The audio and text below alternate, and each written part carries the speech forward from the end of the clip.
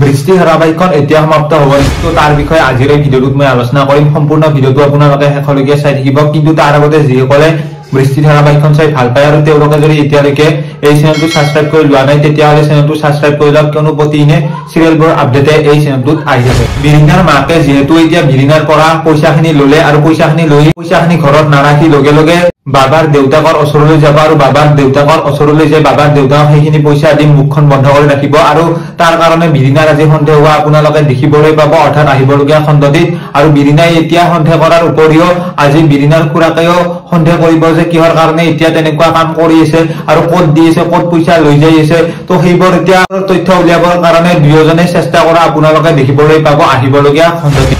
আনফালে বহুতৰে এটা প্ৰশ্ন উঠে যে ৰাগমূলক ধাৰাবাহিকখন যেহেতু শনিবাৰৰ পৰা সমাপ্ত সোমবাৰৰ পৰা নতুন এখন ধাৰাবাহিক দিব কিন্তু এতিয়া বাৰু বৃষ্টি ধাৰাবাহিকখনৰ 200 খণ্ড সম্পূৰ্ণ হলে এইখন ধাৰাবাহিক সমাপ্ত হ'ব নেকি তো তাৰ উত্তৰ এটাই হ'ব সেইটো হৈছে নহয় কাৰণ এতিয়া চিৰিয়েলবোৰ বহুত আহি আছে কিন্তু এতিয়া নতুন চিৰিয়েলবোৰ আহি আছে কিন্তু বৃষ্টি ধাৰাবাহিকখন যদি অতি সোনকালে শেষ কৰি দিয়ে তেতিয়াহ'লে তেওঁলোকৰ চেনেলটোৰ ওপৰত প্ৰভাৱ পৰিব বা এতিয়া তেওঁলোকে যিটো চিৰিয়েলখন কৰি আছে এতিয়ালৈকেও সমাপ্ত কৰিব নোৱাৰে 200 খণ্ডতে 200ৰ অলপমান বেছি হ'ব কিন্তু 200 খণ্ডতে সমাপ্ত কৰিব নোৱাৰে কিন্তু বেলেগ এখন ধাৰাবাহিক যেতিয়া আহিব নতুন আৰু সেইখনৰ ঠাইত এতিয়া বৃষ্টি ধাৰাবাহিকখন সমাপ্ত কৰিব পাৰে নতুন চিৰিয়েলখনৰ